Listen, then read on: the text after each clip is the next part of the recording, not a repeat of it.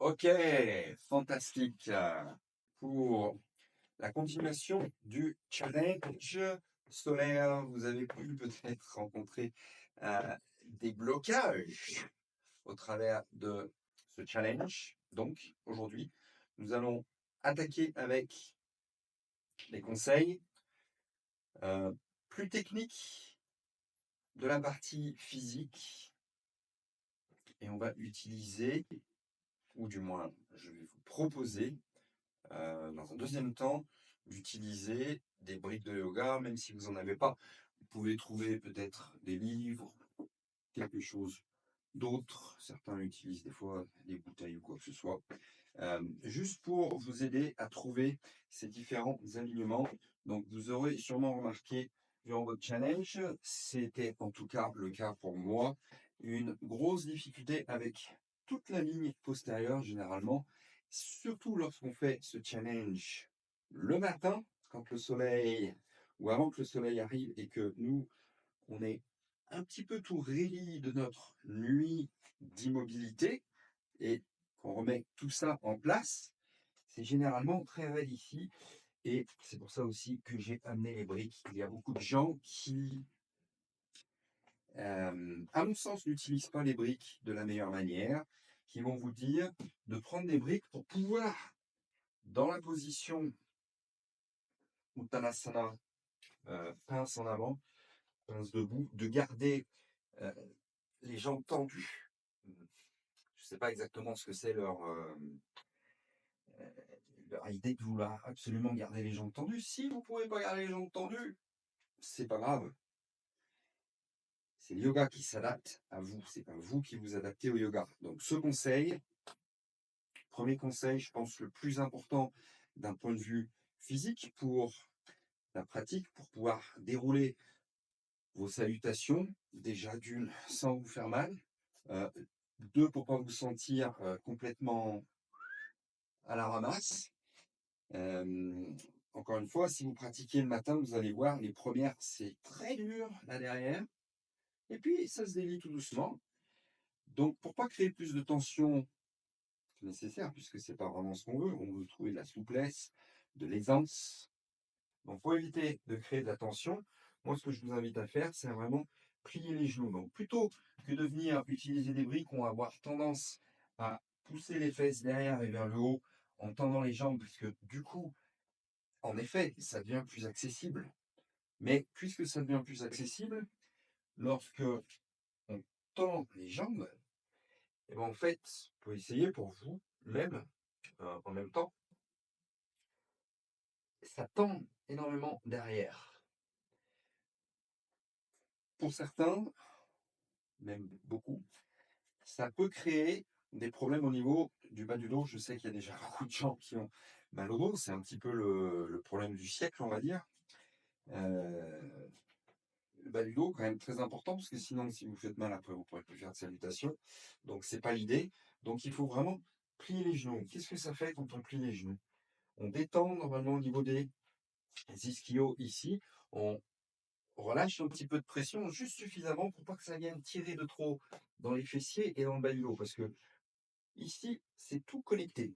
On a généralement, ça se passe comme ça, c'est trois articulations. Enfin, quand on parle d'une articulation, il y a en bas, d'un côté jusqu'à l'autre articulation. Et puis, bon, après ici, c'est autre chose. Il y a plusieurs articulations, mais c'est un petit peu, on va dire, toutes les lombaires qui sont prises en compte et impactées. Donc ici, si je tends les jambes, je tends les ischions, ça tire un petit peu aussi bon, dans les fessiers et ça crée des tensions et ça tire au niveau du bas du dos. Donc, qu'est-ce que ça fait? On va vouloir tendre les jambes et du coup, on tire ici alors qu'on essaye de se pencher en avant et d'arrondir. Donc, vers le haut ici, on tire au niveau des lombaires. Donc, les lombaires sont tirés vers le bas à cause des jambes qui tendent. Ici, ça tire. Et en haut, on tire aussi au niveau des lombaires puisqu'on tire dans ce sens. Donc là, on a le bas du dos qui pas très bon. Les briques, je sais, ils utilisent ça pour essayez de trouver le dos plat dans un premier temps. Mais c'est pas forcément ce qu'on veut ici. Ça, c'est plutôt pour les salutations A, qu'on verra une autre fois. Ici, moi je pense, pour la plupart, les gens qui débutent, même intermédiaires, lorsque on vient ici tendre des jambes, ça peut créer plus de problèmes que nécessaire. Donc, je vous invite, dans un premier temps, sans les briques. Donc, lorsque vous faites votre salutation, je ne vais pas tout reprendre, c'est au début, une fois que vous avez levé les bras et que vous expirez. Dans un premier temps, déjà, si vous êtes un petit peu raide, on sépare les pieds au moins distance de hanche. Donc, des fois, je distance de hanche, à moins d'avoir des hanches très larges. Distance de hanche, si je prends mes hanches ici, là, vraiment, en fait, le centre de l'articulation, c'est là. C'est pas extérieur des hanches. L'articulation de la hanche, elle est en haut du fémur, là, donc légèrement à l'intérieur par rapport à mon flanc, je sais pas comment ça s'appelle, là. Donc, c'est pas trop écarté, mais pas les pieds serrés, parce que sinon, ça crée encore plus de tension derrière. Donc, vous pouvez séparer les pieds légèrement. Et un petit rappel, je ferai une vidéo sur la position des pieds, c'est très important, puisque tout commence à la base, les pieds, c'est notre fondation. Quand on veut, en tout cas moi, quand je parle de pieds parallèles, c'est le deuxième orteil qui pointe vers l'avant. C'est-à-dire que la plupart des gens vont avoir tendance à pointer le gros orteil. Je sais pas, c'est celui qui paraît le plus important. On pointe le gros orteil et en réalité, qu'est-ce que ça fait? J'exagère ici pour vous montrer, mais les pieds légèrement en éventail en canard, c'est une rotation externe de la jambe. Donc, vous pouvez essayer hein, si vous souhaitez. Là, vous avez une rotation externe de la jambe. Donc, rotation externe de la jambe, qu'est-ce qui engage? Les rotateurs externes. On mélange principalement le gros fessier ici. Et quand on fait ça, donc gros fessier qui engage, contracte, il y a une contraction ici, tout ce que je viens de dire précédemment, on cherche à trouver de l'aisance. Et surtout, d'un point de vue bas du dos, cette contraction crée des tensions au niveau du bas du dos, puisqu'une contraction, c'est un muscle qui se rétrécit, donc des deux côtés, il tire, puisqu'il y a une contraction, ça tire. Donc ici, lorsque vous êtes en rotation externe, un peu plus compliqué que ça, mais pour simplifier quand même, ça tire et ça a tendance à tirer un petit peu comme ça. Donc ça crée une tension sur la région sacroiliaque bas du dos. Donc on rentre légèrement le troisième orteil pour avoir un deuxième orteil qui pointe vers l'avant, qui est parallèle. Comme ça, c'est plus simple. Donc lorsque vous avez les bras levés au ciel, normalement c'est sur une inspire, vous allez donc après expirer. Moi, ce que je vous invite à faire déjà dans l'expire qui est plus relaxante, quand vous commencez votre expire, c'est de plier les genoux avant de commencer à descendre les bras. Déjà plier les genoux. Et n'hésitez pas à exagérer, surtout sur vos premières salutations au soleil. Exagérer pour vous rendre compte de l'effet. Après, petit à petit, gardez les jambes un peu plus tendues, mais n'hésitez pas à bien plier les jambes. C'est très important pour détendre toute la chaîne postérieure ici et pouvoir trouver une posture de la pince debout beaucoup plus confortable. Vous verrez, si vous pliez les genoux, tout de suite le sol paraît un peu plus haut.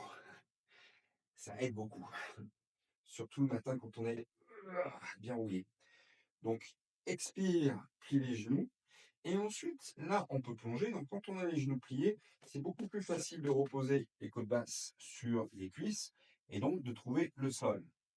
Avec la pratique, au cours du temps, vous verrez que tout doucement, ça va commencer à être beaucoup plus facile de tendre les jambes dans tout le mouvement.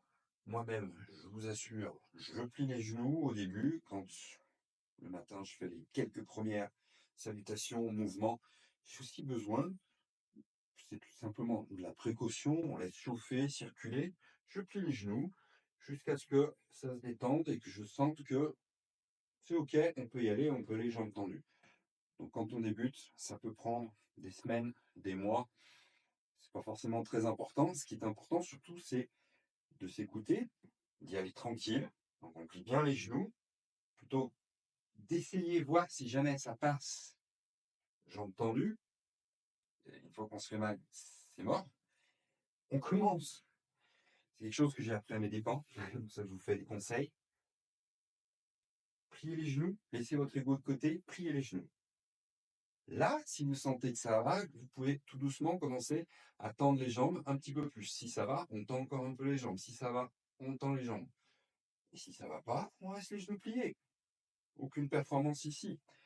La seule performance sur ce défi salutation au soleil, pour vous, c'est tous les jours pratique.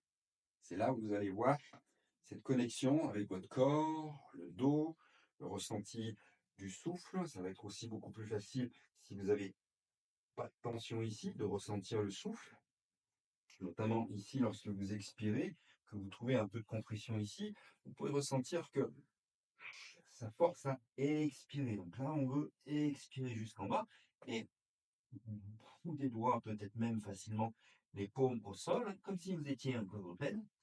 Donc ça, c'est très important avant de pouvoir continuer dans la prochaine pause où la prochaine pause, vous avez genou plié ici. Donc c'est une introduction, en quelque sorte, à votre prochaine pause. Si vous essayez de passer là avec les jambes tendues, vous allez avoir un moment, je ne sais pas trop quand ça se situe, où vous allez être un peu sur une patte et essayer de plier le genou. Alors que si vous êtes déjà plié avec un peu plus d'appui sur les mains, donc là, j'ai 3 appuis. Alors que si vous avez les jambes tendues et que vous n'êtes pas aussi souple que ça pour avoir un bon appui sur les mains, plus ou moins vous allez essayer de le faire sur un pied. C'est plus dur. Donc au début, on plie bien les genoux pour détendre toute cette chaîne postérieure. Ce qu'on cherche à faire, c'est pas de tension pour que ça puisse circuler. On active l'énergie, on fait circuler le sang dans les premières salutations et vous verrez que c'est beaucoup plus facile. Donc la même chose pour le retour, puisqu'on a déjà le genou plié. Pour le retour, on va s'avancer au maximum pour avoir main à plat ou boulet droit. À voir. Je vais y venir dans un instant. Et vous avez déjà donc le genou plié. Et je vous invite à revenir de la manière la plus facile, c'est-à-dire avec les genoux pliés ici. Reposez les côtes basses sur les cuisses et vous retrouvez cette même pose facile, relâchez. Si vous souhaitez, vous pouvez commencer à tendre un petit peu plus les jambes. Mais pour remonter, je vous invite, puisque là, on va trouver dans la remontée, la même chose que pour la descente d'ailleurs, un certain mouvement dans les lombaires. On se place en flexion et là, on va aller probablement, malheureusement pour beaucoup, légèrement en extension. Quand on a tendance à pousser un petit peu les hanches, à pas engager au niveau abdominal. Et ces flexions et extensions au niveau de la colonne, s'il y a plus de tension, on va dire que nécessaire à cause des jambes tendues, comme expliqué précédemment, eh bien, ça pince au niveau des disques intervertébraux, nerfs, tout un tas de choses, circulation sanguine, etc. Donc ça, je pense qu'on préfère éviter. Si on plie bien les genoux ici, on va pouvoir dérouler avec moins de tension. Et quand on arrive en haut, là, on peut tendre et probablement pas complètement garder les genoux un petit peu pliés, un petit peu souples. C'est probablement mon mieux. Si vous avez vraiment du mal ici, peut-être un certain encombrement ou de grosses raideurs, je ne préconise pas vraiment les briques. Pour la raison que j'ai expliquée au départ, vous serez vraiment très raide. Et généralement, on prend les briques et du coup, on se dit oh bah tiens, je peux tendre les jambes. Si on prend les briques, c'est qu'on a déjà des raideurs. Si on tend les jambes, on rajoute de la raideur. Je me répète un petit peu, mais c'est important pour que ça rentre et qu'on comprenne bien. Donc, les briques, c'est quand on a des limitations et ça crée généralement plus de limitations qu'autre chose si c'est pas utilisé à bon escient et c'est pas forcément si évident. Donc, les briques, c'est vraiment si vous êtes très raide et elles sont là pour vous aider à prendre appui avec main haut du corps, mais à nouveau, il faut pouvoir plier les genoux. Enfin, il faut plier les genoux. Il faut plier les genoux. Si vous regardez ici, en fait, bon, même moi, j'ai plus de facilité là à garder une colonne droite, une posture un peu plus confortable. Si je viens tendre mes jambes ici, forcément, ça crée une tension et à nouveau, elle se retrouve jusque dans les fessiers, le sacro-iliaque, le bas du dos ici, et c'est pas vraiment l'idée.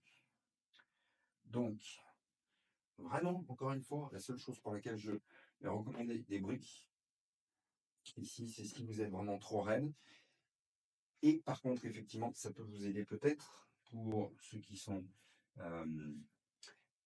vraiment raides ou aussi des problèmes pour les poignets, ça va être ici, utiliser, c'est un peu ennuyeux utiliser des briques, mais ça peut aider, en tout cas au début, plier les genoux. Ça permet de bien relâcher le haut du corps, relâcher la tête, c'est ce qu'on veut au maximum.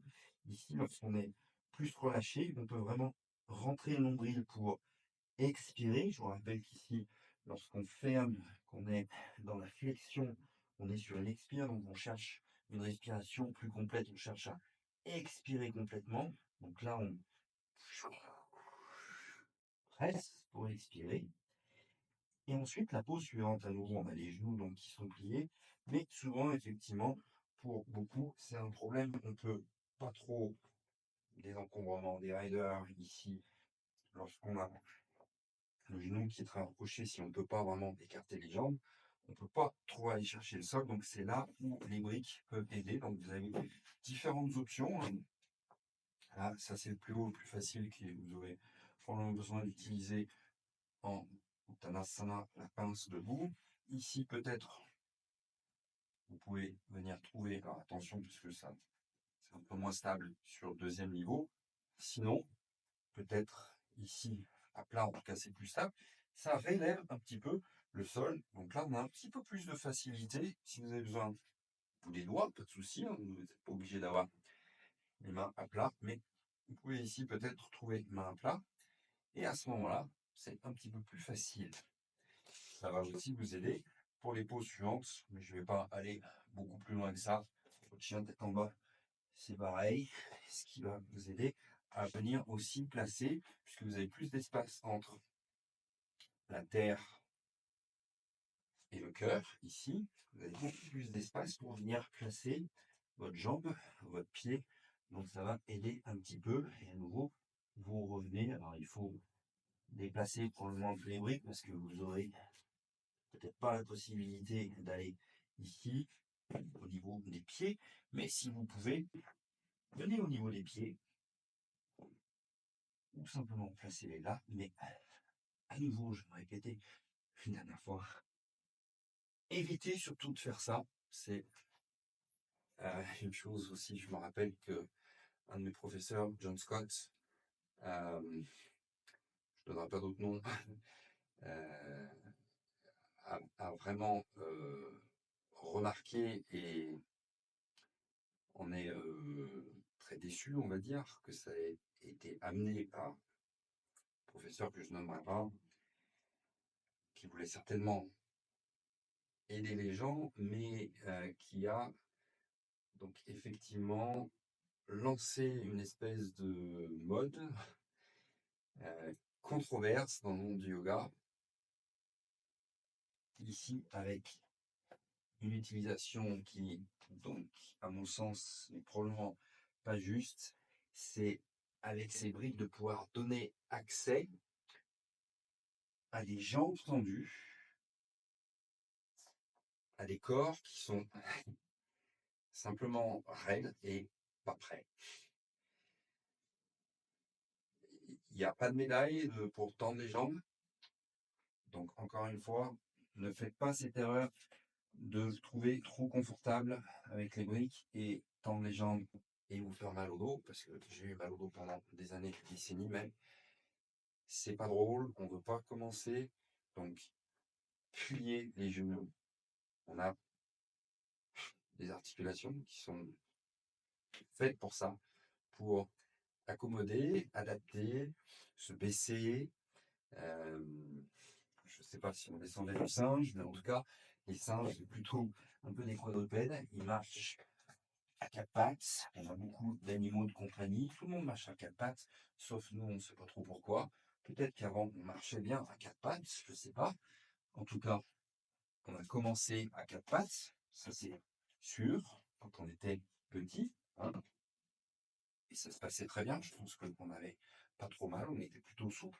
Et en fait, quand on a commencé, adulte, à se redresser, plus pouvoir s'asseoir au sol et utiliser des chaises, eh bien, on s'est raidi. Et maintenant, on ne peut plus. Donc, on fait tout un tas de choses pour accommoder qui ne sont pas forcément les meilleures. Donc, les briques, c'est simplement pour vous aider à trouver plus de confort, mais utilisez vos genoux. Peut-être que les briques ici vous aident là, comme ça, mais même ici, pliez les genoux, c'est beaucoup plus facile. Et vous allez voir, ça va changer vos salutations, je suis sûr. Beaucoup plus facile tout de suite au réveil, le temps que ça chauffe et le temps que ça s'ouvre. Donc, on va avoir aussi une nouvelle évolution avec les genoux pliés. Si ça vous intéresse, vous sentez que vous êtes prêt, peut-être. Sinon, pliez les genoux autant que nécessaire. Allez, bonne salutation!